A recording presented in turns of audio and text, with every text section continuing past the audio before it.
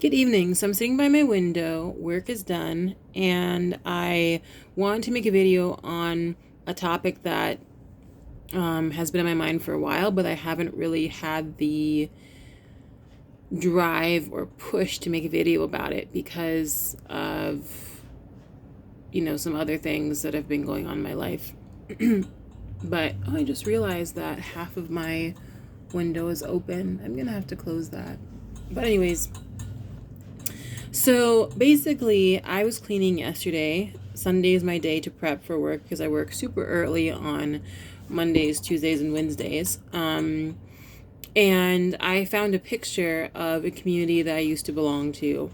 We were all called a squad. And our community fell apart because one of our group members was a narcissist, and the other one just, I feel, was immature. And I felt like I did a lot to keep us together. And I just think there was a lot of misogyny in that as well. And at that point in my life, I don't have any energy to continue relationships that are built on religious misogyny or religious differences, and where people don't want to reconcile because of their religion or because they think that they're correct and they're not healing from their trauma. But I'm totally okay now, but it was very hurtful at first. And I saw a picture of all of us together, and I started to think, about trauma from a community, a religious community, and how do you really overcome that? And it took me I started my trauma healing in 2017, and I am still healing, but I felt like I had actually overcome a lot in 2020. So it took me about 3 years to really overcome my journey. I had to really go to different seminaries to understand the Bible, to understand not just the Bible, but a lot of the Abrahamic faiths. I had to really start visiting people who are of different religions and seeing that, matching my emotional intellect of like my grandfather being Muslim and not Christian, and knowing that that's okay with other people's faith backgrounds, and like being able to defend it intellectually. I had to really let go of a lot of people and be okay with that, and also step into a new community. Like in 2017, that's when I started Zumba. That's when I met all these people that changed my life. 2017, 2018. And when I left, I started my departure from Seventh-day Adventism in 2000 and 2000 I think I started leaving in 2018. My depression was really bad in 2017, and so I believe that I started to leave Seventh-day Adventism in 2017. So I've been gone from Adventism. 2018 is officially when I was like out. I think I still led a few things, but I was, let's see, hold on, let me think. 2018 is when I started to leave. 2019, I was still helping out with things. I left officially actually in 2019. But I was out emotionally. Like, I wasn't attending churches in 2000 and Seventh-day Adventist churches in 2020, in 2019, the end, specifically summer to the end. But I was still helping out with things in 2018, but I was intellectually like out. So how do you, after leaving a community, which the reason why I left Seventh-day Adventism really was because the leadership didn't have my back when it came to a very traumatic situation, and they chose to keep their ways of being, and I was left out, and it wasn't only that, it was just that was the tipping point, on many different instances that I saw other people who were oppressed that didn't have the sort of leadership position that I had, because I was really, very well known. And it's not, I'm saying these things to brag. I'm saying these things to say that, like, even if you're well known and Joe, I'm talking to my cats, they're just running around. Even if you're well known, people, and you have contributed a lot to a community, people still will sometimes choose to, leave you hanging. And it was a very, very hurtful thing. And also, people that were extremely close to me, I felt were narcissistic, honestly. And But everything worked out for the best. I really needed to leave Seventh-day Adventism. I really need to leave the church. I really need to leave the evangelical way of being. I just happened to be raised in Seventh-day Adventism. So how do you forgive this? Joe? Hi, Joe. They just go crazy when I come home.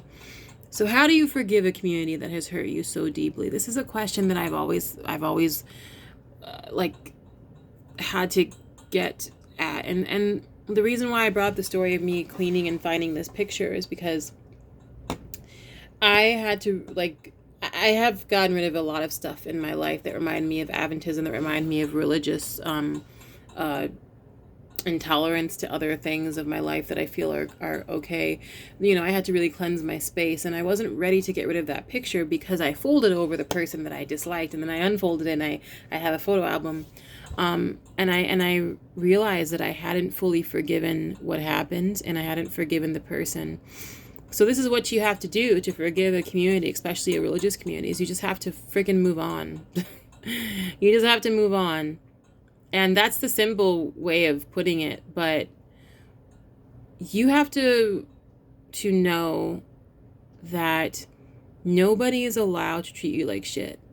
Nobody is allowed to make you feel inferior without your consent. I think that's Eleanor Roosevelt quote. But on top of that, if you have moved on from a community and your consciousness has been awakened to a better life, you have to kind of pity the people that are not in that awakening, because the point of life is not for you to be mad at people and to hate them the whole time. It really is for you to forgive and move on, because all that energy you put towards disliking someone or being angry, you know, especially for me, I was really angry and very sad, but mostly just when I overcame my sadness, I was freaking pissed.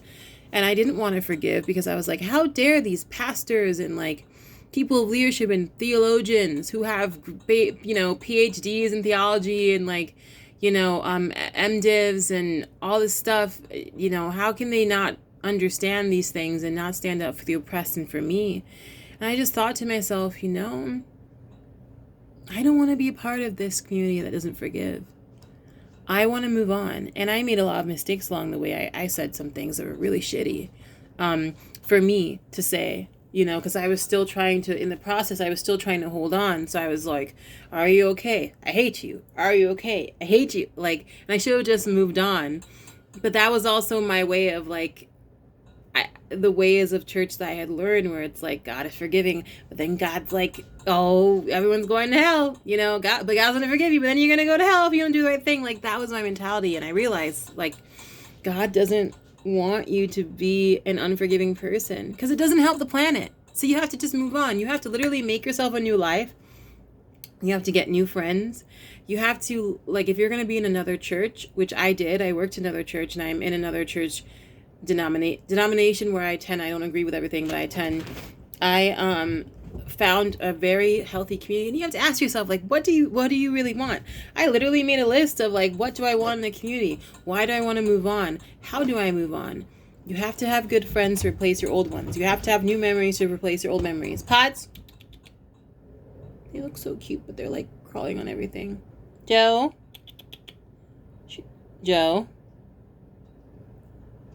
You have to have you have to have a new life, literally. And to forgive means to literally give away all of those issues that you've had, all that resentment, all that anger, because it doesn't help you. And stress literally will manifest in your body. So how did I do this? I just freaking moved on. And you make a new life for yourself. You go to therapy, you get on medication. I got on medication for my depression that made me think clearly. You know, I started reading more books. I started attending new events. And then my life, when I saw people, and because our life still were connected in some way, I wasn't as angry. And I finally been able to text people and be like, how are you doing? You know, when they came up for me and in my mind. And because I moved on from my thoughts of anger towards them. Do I still have thoughts of resentment in many ways? Yes.